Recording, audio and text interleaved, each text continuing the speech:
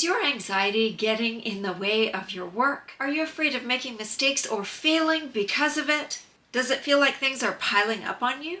Jenn Swanson, your career coach here, and I am in the reminder business. And today I have a few things about stress and anxiety that I want to remind you about. And if you hear click, click, click in the background, it's Charlie walking around because there's a huge storm happening today, and I'm filming fast to try and get this done before the power goes out. Talk about stress and anxiety. So I'm going to give you a few things that might help you manage your stress and anxiety right now.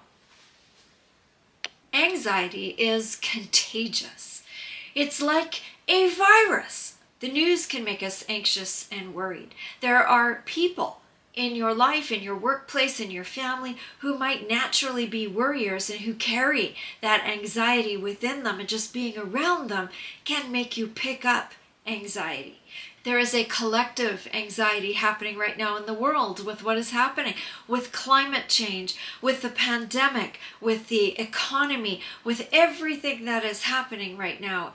Rehashing mistakes can make some of us anxious and make us so nervous that we lose our game and we feel like we're going to make mistakes. We feel like that's our fate. Sometimes you can end up making a string of mistakes because you lose that confidence and you end up thinking that you're just going to make a mistake the next time you ever even attempt to do something.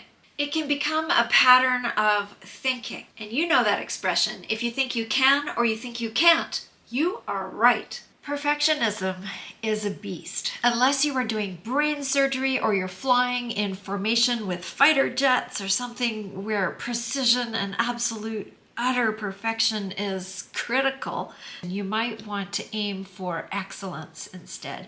You might want to aim for very good. And in some cases, you might want to aim for good enough. Perfectionism robs us of peace, and because it's nearly impossible to attain, it causes all sorts of stress and frustration and anxiety where it isn't needed, especially when we are trying to live up to lofty expectations. And sometimes these are expectations that nobody else is putting on us. Sometimes the perfectionism is an expectation that we ourselves put on to the projects and the goals that we have going on. And so we are then therefore constantly disappointing ourselves when we cannot reach absolute utter perfection.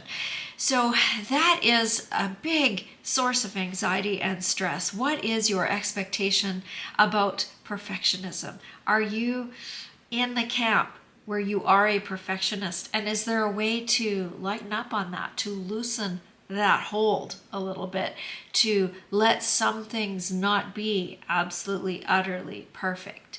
Because you might find out that the world doesn't end if something isn't absolutely perfect.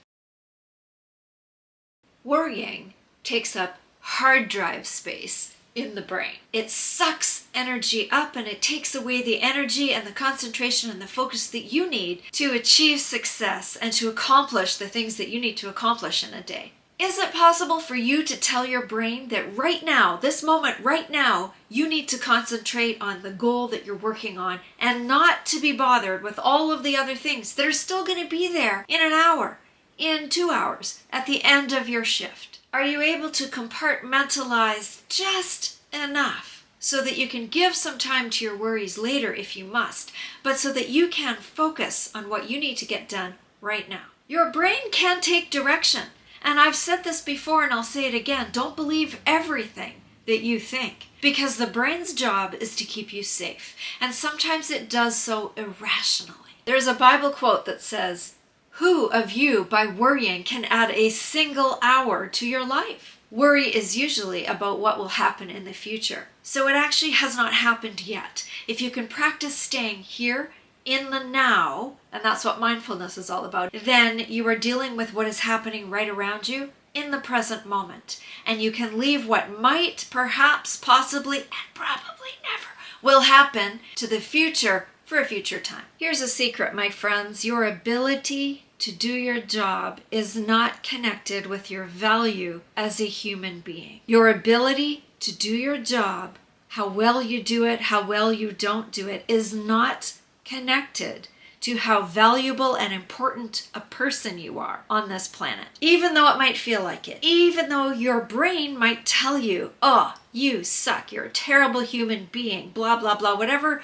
lovely loop of monkey brain, blah, blah, blah chatter that it gives you over and over again. It's not true.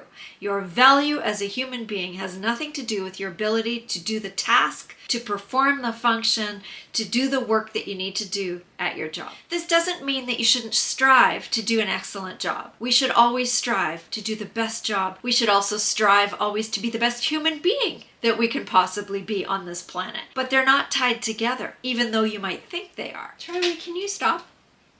Can you sit, please? Nice sitting, puppy. Good job. Good job. You shake your paw. You shake your paw. Oh, that's so nice. Every successful person is built on a mountain of mistakes and failure, and that's what allows us to grow and to learn and to become better. And as a practical reminder moment for you now, what can help with workplace anxiety are these things. And you know these things already, but again, I'm here to remind you of them. Good sleep can help lessen and reduce anxiety and stress. Eating healthy foods so that you are not having the internal cellular stress on top of the external stress that you are feeling, so that your body is well fueled and is healthy and is feeling good and is not weighed down by chemicals or sugar or too much caffeine or junk or whatever. Physical exercise is one of the best things you can do. So maybe you walk the stairs when you get to work. Maybe you walk to work or cycle, not in this weather, but maybe you do something physical in your day, build it in. It doesn't have to be an hour-long workout. It can just be more movement because we were built to move. We were not built to sit at these desks. Breathing exercises, box breathing, all sorts of deep breathing exercises, even for a minute or two, can help alleviate stress and anxiety, as can mindfulness, which I mentioned earlier, which is paying attention to what you are doing in the now and letting go of everything else while you are in this moment. Now, I know you know these things. I know, we all know these things. It's like brushing our teeth, flossing our teeth, making our beds, all the things we know we're supposed to do every day to be healthy and well.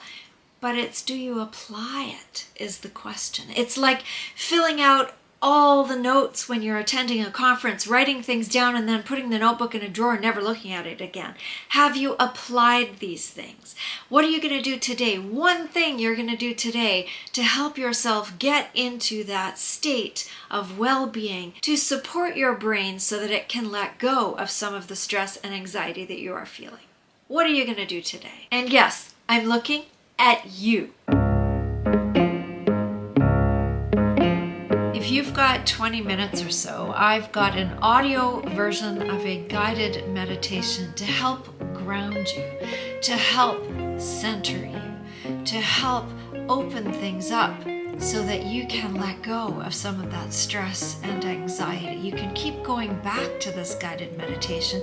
You can, I wouldn't say do it while you're driving, but you can do it lying down before you go to bed at night. You can do it if you're sitting in a quiet space on your lunch break with your eyes closed. You can do this anywhere you find yourself able to be in a comfortable spot. It is a guided breath meditation for you. So if you want to help slow down a little bit and have a little bit of peace in your day, click on that next screen, and I won't see you over there, but you'll hear me over there. Hello?